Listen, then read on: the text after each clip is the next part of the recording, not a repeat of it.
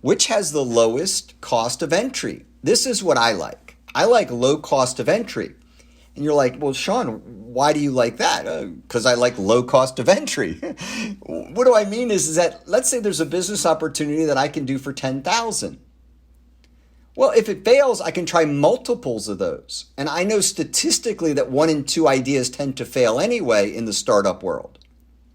So I would rather have enough money to have 2 of these than to put all my money on one.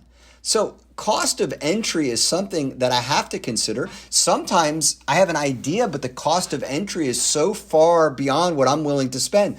This happened, I own a construction company with 8 divisions, and I own a digital marketing company and a lot of other different things. But specifically in regards to construction, I was considering launching another division that I believe could have been lucrative. And then I found out one piece of machinery we needed was $250,000. And when I felt like our return, it would take like 5 years to get my return on that one piece of machinery. And once you start buying one piece of machinery like that, that machinery breaks and you got to have a backup piece. I saw the cost of entry. It left my comfort zone. My comfort zone is typically $25,000 and less. And that's my first 3 months, my initial startup. I like that. I find that I can take that loss without, being aggravated too much. I don't like losing anything. But I've taken 3 of those type of businesses, sub 25,000, and I've turned them into $1 million companies. So if I could take 25 and turn it into $1 million, I like that. I don't like spending $250,000 to have $1 million.